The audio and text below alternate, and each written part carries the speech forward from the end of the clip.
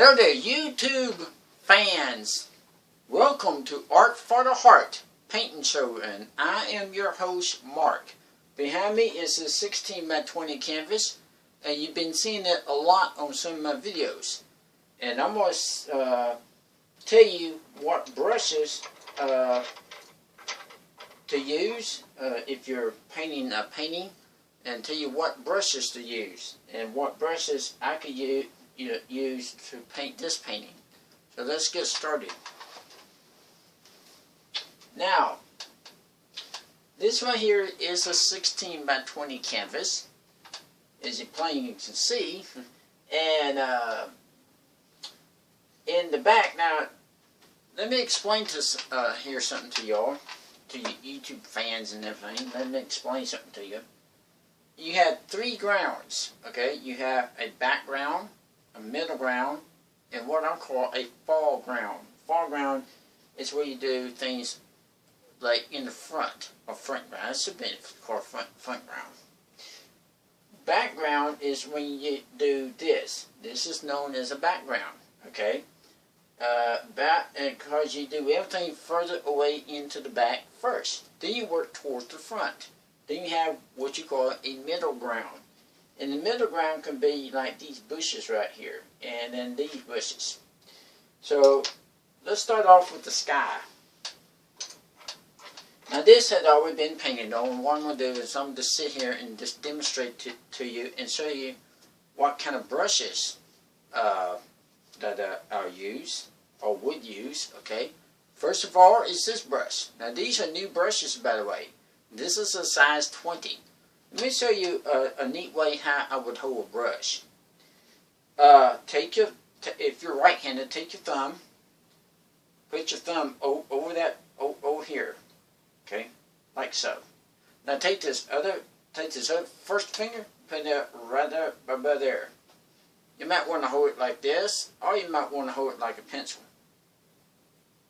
Okay, if you hold it like a pencil, that's okay. Whatever works for you. Now, say if you want to do a sky, I'll just reach in still, okay, and then take some sky color and do circle crisscross strokes. Now this video where I'll be talking to you about different brushes, and this is a filbert brush, by the way. But I'm going to be doing how-to videos, and I'm going to be doing a lot of them in painting, and I'll be using brushes like this. But this has already been painted on. What I'm doing is showing you what a brush like this could do. Okay, now go there and put that X there, and this is called circle crisscross strokes. Okay, now you have light and you got dark. Okay, wash your brush out in odor thinner. Okay, now don't use turpentine, because turpentine will stink. And if you don't want that, if you don't want to smell that, don't advise you don't get turpentine. Get odorless paint thinner, and then wipe off the excess paint.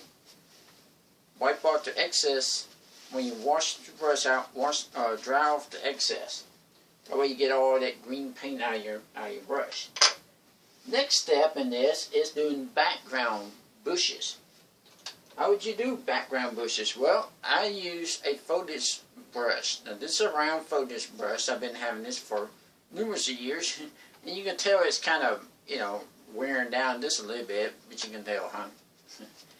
You go into a dark color. Let's say we go into some sap green and ivory black, and a little touch of alizarin crimson. Now we want to get bushes, because these are what you call background bushes. So start from the back and work up to the top and kind of bend and push up. And for this bush, just stop right there. Okay, don't go no further. And then you will do it like these right here. You might go back and reload your brush, and then work from the bottom and push up. See? Can you bend your brush, bring the bristles, and stop it right there, because you don't want to go up to the sky. Okay? And then you do the same off over here. Okay? Stop it right there. And this one went past the tree. Okay. Now next step is to wash that brush out. The next step is to highlight your bushes. Now you can highlight your bushes with cad yellow or yellow ochre. Even too, if I add just a little bit of white to my palette, what would occur is, and put some yellows. So if I had some lemon yellow, cad yellow, whatever, and add just a little bit of white to it, it'll come out as being a very bright yellow. And this would put this on with the brush and tap it in, like so. See? Just like this. And do one bush at a time. Okay? So you come over here and don't kill all your darks. Okay? Don't kill all your darks. And save some of your darks. Like so. You see that? Okay. Now, wash that brush out in Otis thinner, not turpentine. Wash that brush out. And now you're going to work down here at the middle ground. This is known as the middle ground, right in here. Load that brush up with sap green, Lisbon crimson, little burnt umber if you have it, and come right down here, maybe some Prussian blue, and push in with the brush. Okay, bend those bristles, and push up, and that's how you create those middle ground type bushes. See, just like so. Now, wash that brush out, and you can wipe it off with a piece of paper towel if you have it. Okay, now this is the bushes in the front. So what you can do is go in there and pick up some yellow and some white. Maybe if you had a flesh tone, you can pick that up too, and then put that in there and put on some highlight. Do one little bush at a time. Okay, and like right there, see? Okay, and then what you do, so if you put highlight on the bushes, start like right there and push up with the brush. Okay, and then you put these, and then put yellow ochre right in there, and then put some highlight on these bushes. And that's how you do bushes with a round focused brush. Now, let's talk about dirt or land. Now, you can put this on with a palette knife. I'm gonna put, say I would put it on with a filbert brush. Now, here's a filbert brush right here. This is a size 12. These are new brushes, by the way.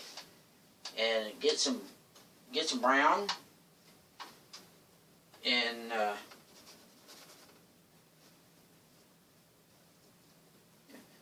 get some brown onto your canvas, and then you would put this in with a brush. Filbert brush. Let's paint this in like this, and then bring this down like so. Bring it down just like this. Let it come down, and right there. Maybe a little more dark. You might have to go back and say you probably go back and put some ivy black into it. Put some burnt umber, burnt sienna, and do right here. Remember where your shadows are, okay? And you might want to put some dirt across over here. And this would be great for doing trunks in your trees, see? Bring that down, bring that one down. Out in this, about 4 trees. Actually, 1, 2, 3, probably about 5 trees in this painting. Now, speaking of that, you want to wash that brush out. Speaking of that, you might want to go into some linseed oil. Just a little bit of linseed oil and get it nice and soupy, you know. Go back in some ivy black and come over here and paint this one in, just like so. See? And then go up like this. Up like that, come back here, and put in a few branches along there. Okay? Now, let me show you how to do a waterfall. Now, a waterfall can be made with this brush. This is known as a fan brush. See that?